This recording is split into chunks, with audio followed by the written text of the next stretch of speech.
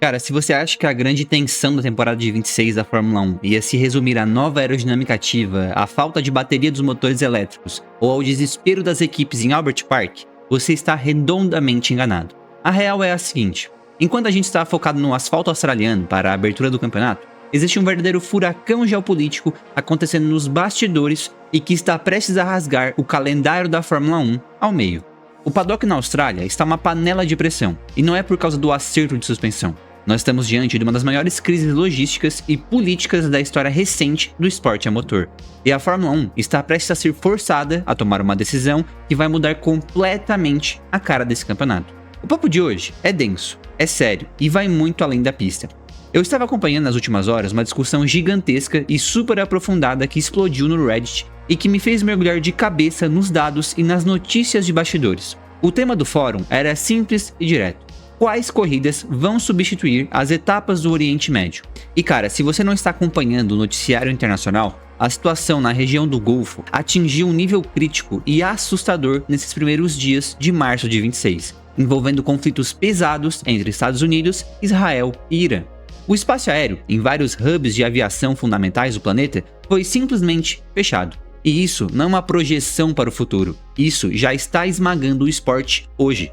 Para você ter uma ideia do nível do caos, o WEC, o Campeonato Mundial de Endurance, já teve que adiar às pressas a sua etapa de abertura que aconteceria agora para o final de março, no Catar. A Fórmula 1, que é uma máquina logística que beira a perfeição, sofreu um baque absurdo só para conseguir chegar na Austrália essa semana.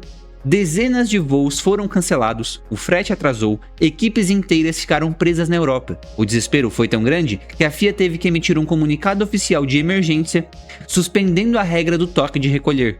Os mecânicos estão virando a noite nas garagens simplesmente porque os aviões com os equipamentos não chegaram a tempo. Se a logística para a Austrália foi esse inferno na Terra, imagine o que significa mandar um circo de bilhões de dólares para correr no Bahrein no dia 12 de abril e na Arábia Saudita no dia 19.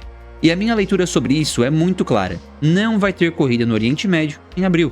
A Grand Prix 247 já soltou que a direção da Fórmula 1 está operando em modo de contenção de danos. Pilotos como Pierre Gasly e George Russell já deram declarações na defensiva, dizendo que confiam na decisão da Fórmula 1. Mas a cara de tensão de todo mundo nas coletivas entrega o jogo. O Stefano Domenicali, CEO da categoria, tem uma batata quente radioativa nas mãos. Historicamente, a Liberty Media e a FIA adoram fechar os olhos para os problemas éticos e de direitos humanos quando o cheque tem muitos zeros. Mas correr no meio de uma zona de guerra ativa, com mísseis cruzando o espaço aéreo, é cruzar a linha da insanidade. A gente não pode ter memória curta. A Fórmula 1 tem um histórico sombrio de flertar com o perigo no Oriente Médio. Lembra de 2011? A Primavera Árabe estourou no Bahrein. A população foi às ruas, o clima ficou insustentável e a prova foi cancelada depois de muita pressão da mídia e de figuras como Damon Hill. Mas o caso mais bizarro e traumatizante foi o de 2022, na Arábia Saudita. Cara, a gente estava assistindo ao treino livre em Jeddah e de repente uma nuvem de fumaça preta gigantesca subiu no horizonte. Um grupo rebelde do Iêmen tinha acabado de explodir uma instalação petrolífera da Aramco a míseros 15 km do autódromo. O Max Verstappen abriu o rádio e falou: "Estou sentindo cheiro de queimado. É o meu carro?" Os pilotos fizeram uma reunião de emergência que durou horas na madrugada. Queriam boicotar a corrida, mas a pressão política, e dizem as más línguas, até ameaças veladas de que eles teriam problemas para deixar o país se não corressem, forçou a realização do GP. Só que agora, em 2026, não é um grupo isolado. É um conflito de potências estatais. O risco de um avião de carga da Ferrari ou da McLaren ser abatido por engano ou de um ataque atingir infraestruturas do circuito tira completamente o Bahrein e a Arábia Saudita do mapa a curto prazo. Mas antes de mergulhar nas teorias da galera do Reddit e te mostrar quais são as 3 pistas europeias lendárias que estão na fila de espera, implorando para assumir essas datas, e te explicar por que essa troca é um pesadelo financeiro de centenas de milhões de dólares para a Liberty Media, a gente precisa fazer um rápido pit stop para quem sabe resolver problemas com elegância. Cara, o mundo pode estar um caos lá fora, a logística da Fórmula 1 pode estar desmoronando, mas a tua rotina não pode parar e muito menos virar uma bagunça. Para você focar no que realmente importa, no seu trabalho e no seu dia a dia, sem perder tempo se estressando com guarda-roupa, a nossa parceira, Minimal Club, é a sua melhor estratégia. A Minimal Club produz roupas essenciais de altíssima qualidade, com um caimento perfeito e uma tecnologia de tecido absurda que não desbota e o mais impressionante de tudo, não amassa. É a união perfeita de conforto e presença. Então já sabe, né? Clica no link que tá na descrição ou no comentário fixado e usa o nosso cupom especial MOTOR01 para garantir um desconto monstro e resolver o seu guarda-roupa. Vai na minha, usa o cupom MOTOR01 e sinta a diferença no corpo. Voltando ao calendário que a Fórmula 1 precisa tapar desesperadamente.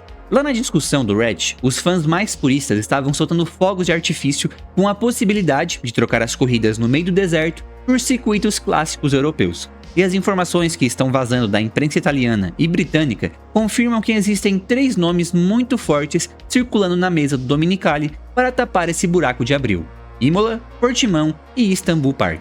Na minha visão, Portimão, lá em Portugal, seria o cenário dos sonhos para esses carros novos de 26. A pista é uma montanha-russa insana, cheia de elevações cegas, curvas de raio longo e uma reta principal gigantesca que já te joga numa freada forte logo de cara. E esse ponto é importante. Portimão não é uma pista sem freio, muito pelo contrário. Ela tem sim zonas de frenagem pesada que podem ajudar nessa dinâmica de regeneração de energia que vai ser tão crítica em 26. O que acontece é que ela não tem aquele perfil clássico de pista stop and go o tempo inteiro, então a gestão de energia ali pode ficar ainda mais sensível, mais estratégica, mais na mão de acerto fino e piloto.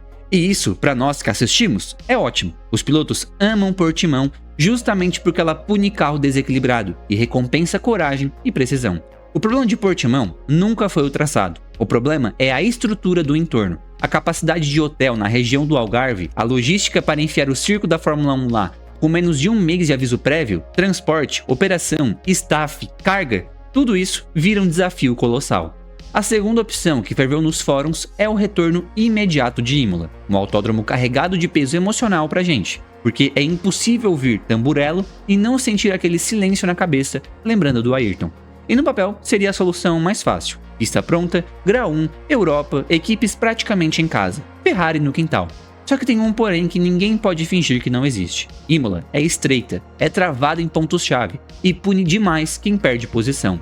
Se o pelotão encaixar naquele trem, vira uma corrida de gestão e paciência, com ultrapassagem rara e tudo decidido em detalhe de box, safety car ou erro mínimo. É romântico, é histórico, mas pode ser um daqueles domingos em que a pista não te dá a opção de briga limpa na pista. E a terceira via seria Istambul, na Turquia. Um traçado magistral. A curva 8 de 4 tangentes é um desafio para o pescoço de qualquer piloto. Mas a Turquia também sofre com gestão logística e de proximidade com o epicentro de algumas tensões. E aí entra a quarta e mais sombria possibilidade: simplesmente não substituir, cortar o calendário de 24 para 22 corridas. Mas por que a Fórmula 1 lutaria até a morte para não encolher o calendário? Cara, dinheiro. O esporte hoje é gerido por acionistas. Bahrein e Arábia Saudita não estão no calendário pela paixão dos fãs locais. Eles estão lá porque pagam as maiores taxas de hospedagem de todo o planeta. Nós estamos falando de governos injetando coisa de 50 a 60 milhões de dólares por ano cada um, direto nos cofres da Liberty Media.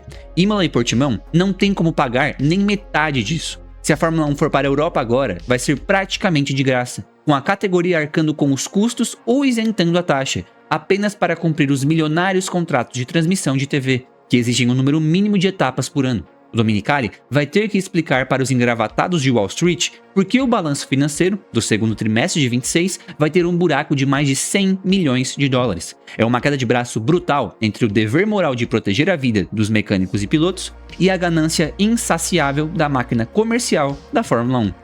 A minha conclusão, juntando o que os especialistas em geopolítica estão alertando e a movimentação nos bastidores que os jornalistas e as fontes ligadas à FIA estão vazando, é de que a bolha estourou. O modelo de negócios da Fórmula 1, de vender a alma para correr em locais politicamente instáveis apenas pelo lucro máximo, encontrou seu limite na realidade dura de 26. Eu, particularmente, prefiro 1000 vezes um calendário com 22 corridas, ou com um resgate histórico de pistas charmosas como Portimão e Imola, do que ficar com o coração na boca, torcendo para nenhum míssil interceptado cair perto de um hotel das equipes no Golfo Pérsico. E eu quero saber de você, como você resolveria essa bucha se fosse o CEO da Fórmula 1 hoje? Você acha que a categoria deve cancelar imediatamente as provas do Bahrein e da Arábia Saudita, ou eles vão acabar empurrando com a barriga e arriscando a segurança de todo mundo pelo dinheiro? E se fosse para substituir, qual é a sua aposta de coração? Você traria de volta o romantismo estreito de Imola, as montanhas russas de Portimão, a brutalidade de Istambul ou encurtaria a temporada para 22 etapas logo de uma vez? Deixa aí nos comentários. Galera, eu sei que muitos de vocês que me acompanham aqui sonham em viver da internet e criar um canal no YouTube. Criar um canal no YouTube não é nada fácil, dá bastante trabalho, é um trabalho como qualquer outro. Mas se tu sonha em viver dessa plataforma assim como eu vivo hoje, eu vou deixar o link na descrição do curso do Lucas do YouTube Sem Mimimi, que foi o curso que eu fiz e onde eu aprendi tudo sobre YouTube e o que me fez levar esse canal do zero a hoje um pouco mais de 20 mil inscritos. Então se tu tiver interesse, o link tá na descrição e no comentário fixado, e é meu link de afiliado, então se tu comprar por lá, tu me ajuda demais e também tem um desconto exclusivo pelo meu link. E eu e o YouTube recomendamos esse vídeo que tá aparecendo agora na tela pra você. Eu sou José e esse é o Paddock Motor. Valeu, galera!